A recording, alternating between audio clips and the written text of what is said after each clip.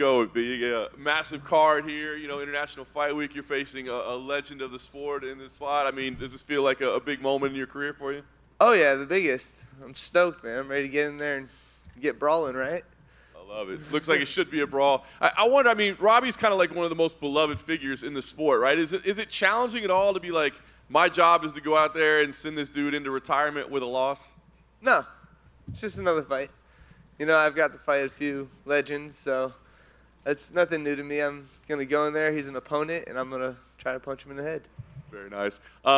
Prepared in Wisconsin this time, is that right? What was due to the change-up, and how did that all come together? Well, the opportunity just occurred to go train over there with Duke and with Ben Askren and a couple other high-level fighters, and it was dope, man. I got to get a lot of sparring in with a good southpaw, Jordan Newman, and then I got to wrestle with Ben, got to work a lot of striking with Duke.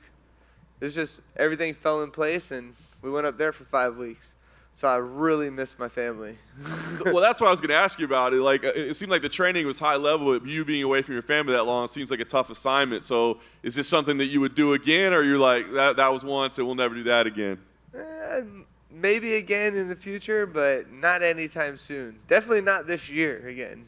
I missed my son's birthday, not only because of here, but because of, I was in Wisconsin.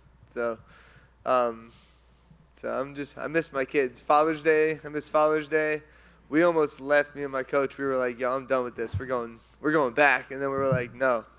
Prayed about it, and God's like, no, you got to stay out here and get your work done. So we stayed, and we kept out there, and now I'm ready to get it done. I love it. Made the sacrifice. Obviously, Robbie, a legendary brawler. This seems like a fight on paper that could be an insane brawl, but there seems to be maybe a smart way to approach the fight as well. So are you thinking about this as like, let's be tactical, or is it like, let's go do what everybody I think wants to see us do? You guys all know me. Man, when I get in there, there's no telling what I'm going to do. If the takedown might be there, I might take it. If not, we're standing and banging. That's how it goes with me. I just keep going wherever the fight flows. Last thing for me, taking out a Hall of Famer. You said you fought some legends. Where do you see yourself moving forward with this? Is it other names like this? Do you want to keep facing legends like this? Or are you talking about rankings, moving that sort of thing? Where do you see yourself? If a ranking comes, I'm not crying, but I want to fight all the legends. I want to be the legend getter, not the legend killer. I just want to get in there with all of them, Who knows who's next? Only God knows that question, but I'm ready for any of them. Niko, over here. Right here. How's it going? Hey, yeah, good to see you. You mentioned training with Ben Askren and all that in Wisconsin. What was the connection there? Like, who did you reach out to them? Did they reach out to you? How did that all come together? I had a buddy who trains over there. He's one of the coaches over there, and he came down to Florida. I actually met him at like a semi-pro football team, or a semi-pro football game, and the kid, he was in the corner about 30 feet away, and he's like, "Yo, is that Niko Price?" And I happened to hear him, and I was like, "Yeah, what's up, man?" And then from there on, he came to the gym, and then we talked. He's like, yeah, I trained at Askren's over there. He talked to Ben, and then he goes, I also train at Duke's, and then talked to Duke, and just went out there for a couple weeks. We got some sponsors to cover it up. They cover the pricing, and got it done. Obviously, Askren fought Robbie Lawler, had a whole camp for him. How much insight did he give to you this camp?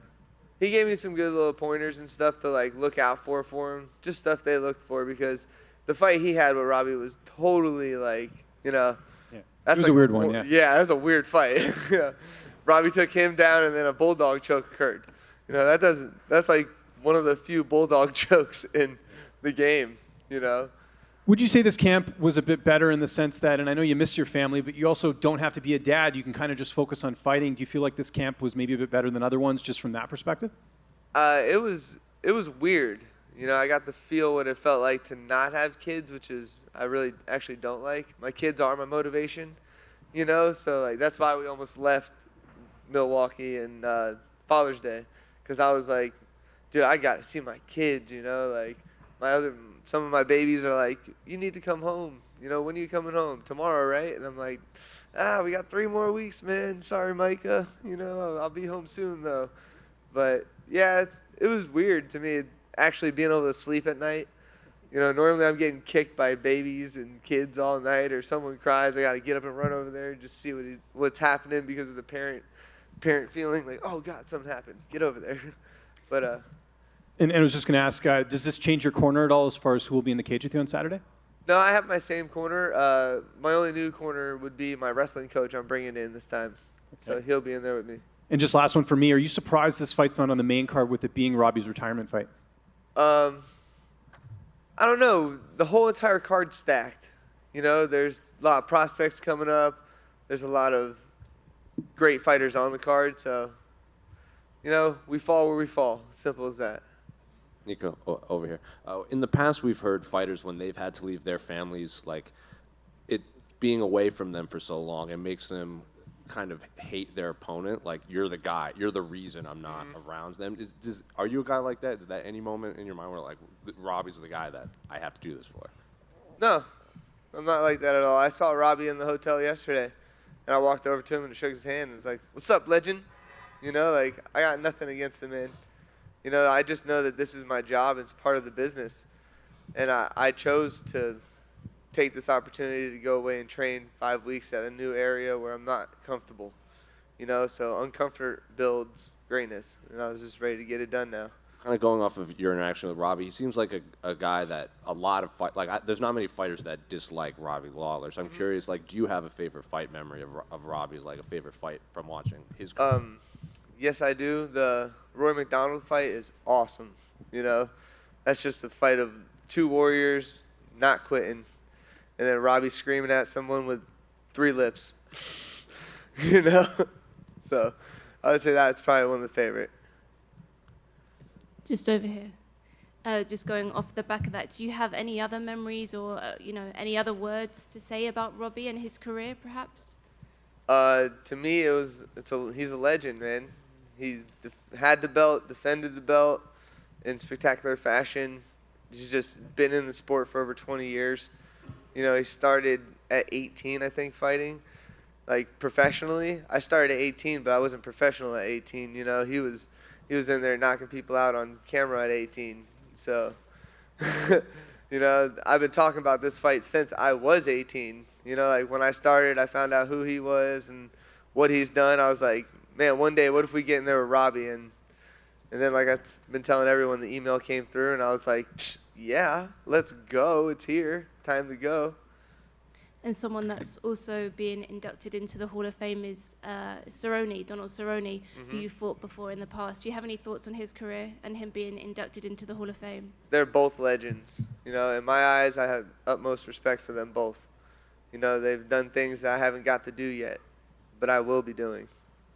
And lastly, can I get a prediction how you think the main event this weekend is going to go down between Volkanovski and Rodriguez?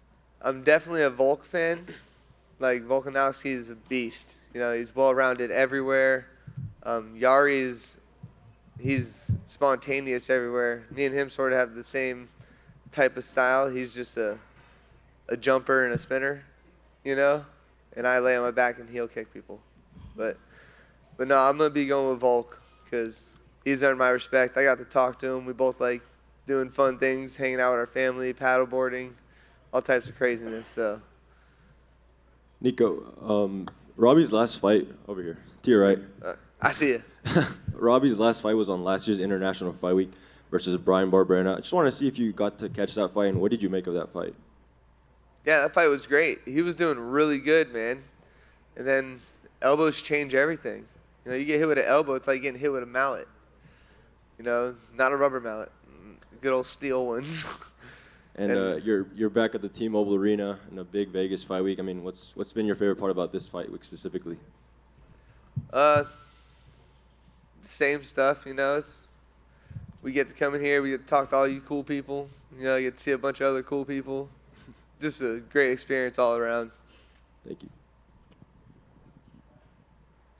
Niko, quick question for you. This fight against Robbie, you know, you've called him a legend, I think, 15 times already up here. This is the biggest betting favorite you've been in the UFC. I'm just kind of curious, like, do you take that as a pride of honor that the odds makers at least think that you're this much better than someone like Robbie Lawler? I don't even look at the betting, man. I'm not a bettor. I just go in there and I give it 1,000% every time I'm in there.